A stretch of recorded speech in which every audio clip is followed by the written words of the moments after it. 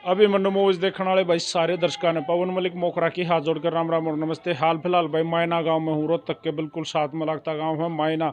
शनिवार शाम को लगभग 6 बजे एक बहुत तगड़ा झगड़ा हुआ, दो पक्षों में आपसी खूनी संघर्ष है, जिसमें एक मनोज नाम के लड़के की हत्या भी हो गई। मैं आपको बताना चाहूँगा मनोज का जो मकान है वो ये बिल्कुल मेरे पीछे है।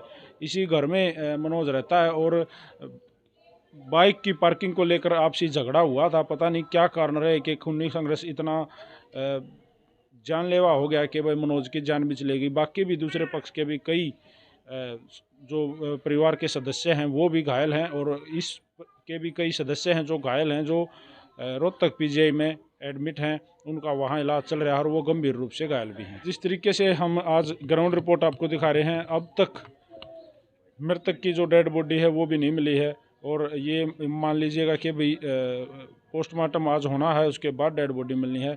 तो भाई ये है वो मकान जहाँ पे मनोज नाम के एक व्यक्ति की हत्या करी गई है। लाठी डंडे और फरसों द्वारा धावा बोल के इसकी हत्या करी गई है।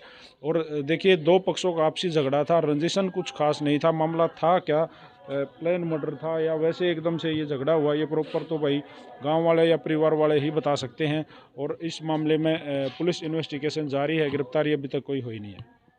तो परिवार के कुछ सदस्य हमारे साथ जुड़े हैं। मैं आपको बताना चाहूँगा फिलहाल हम मायना गांव में मौजूद हैं। मनोज हत्याकांड जो शनिवार शाम को लगभग 6 बजे दो पक्षों का आपसी जो झगड़ा हुआ, जिसमें धारदार हथियारों से एक दूसरे के ऊपर हमला कराया गया। नमस्कार अंकल जी। नमस्कार अंकल जी, क्या नाम आपका?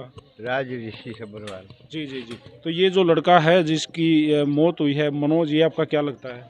ये मेरे साले का लड़का है जी सर, ऐसा हुआ क्या कि भाई खूनी संघर्ष हो गया एक दूसरे दोनों के बीच में? क्या कोई पुरानी रंजिश थी, कोई झगड़ा पुराना था? देखो जी, हमारी नॉलेज में बच्चों का कोई झगड़ा नहीं है और होगा तो हमें छोटा मोटा कोई होगा हो तो उसकी नहीं कह सकते।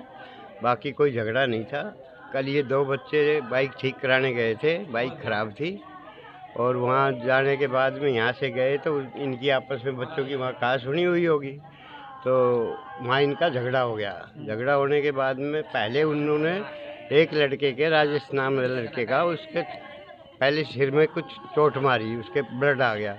वो लड़का फिर इधर घर में आया तो ये लड़का ड्यूटी जाने के लिए तैयार था, जो मनोज नाम है जिसका। ये बाथरूम में पानी रख दिया था नहाने के लिए, भाई तैयार था। इतनी देर में वो लड़का आ गया, बोला ऐसे ऐसे झगड़ा हो गया। तो लड़का चला गया, भाई छोटा भाई है तो बचाव के लिए तो जाना ही पड़ेगा। बिल्कुल बिल्कुल। तो वो चला गया तो उनका आपस में, वो पहले तैयार थे वहाँ, उनकी तो पूरी गैंग है, क्यों 10 घर हैं, वो 10 घर वहीं के वहीं हैं। और इस काम में तो देखो हम तो सभी से कहते हैं कि भाई सबने आगे आना चाहिए, क्योंकि एक बड़ा हुआ पेड़ टूटा है, कोई टहनी नहीं टूटी। मनोज की कितनी एज है सर? 23 साल है। शादी हो गई थी इसकी? नहीं शादी नहीं। दूसरा जो बड़ा भाई है उसको कितनी चोट है? बड़ा भाई है वो, जो दूसरा जो भाई जो पहले गया था, पहले जो गया था उसके भी काफी चोट लगी हुई है। और परिवार के किसी लगी हुई है, और भी किसी के परिवार परिवार वाले भाई के, नवीन के भी लगी हुई है। एक लड़का और है, हरीश नाम है, चिंटू कहते हैं उसको, वैसे उसके भी चोट लगी हुई है। बाकी झगड़ा देखो कैसे हुआ है कैसे नहीं हुआ है, ये संघर्ष जो है खूनी संघर्ष है, इसमें हर इंसान ने आगे आना चाहिए। और अपने बच्चों को मैं तो यही कहूँगा कि अपने बच्चों को सभी भाई सभी ये कहें भाई गलत रास्ते पर ना चलें। जी बिल्कुल। क्योंकि आज जो कांड हुआ है वो कल किसी दूसरे के साथ भी हो सकता है, ऐसी बात नहीं है। अगर तुम आगे नहीं आओगे, आज छुप के बैठे रहोगे, तो भाई कोई कुछ नहीं कर सकता।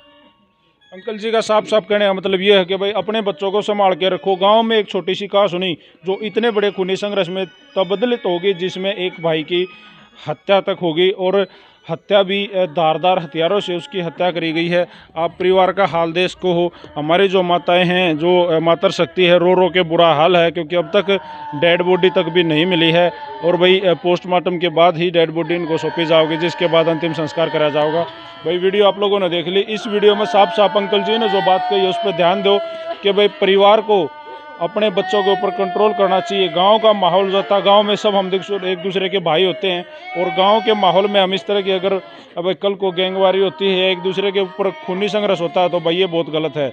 वीडियो तो आप लोगों ने देख ली। इस मामले में जो भी नई रिपोर्ट होगी वो एक बार फिर लेके मैं हाजिर होऊंगा। तब तक के लिए बने रहिए अभिमन्यु मूवीज़ के साथ। सारे भाइयों राम राम, जय हिंद, जय हरियाणा, सत्यमेव जयते।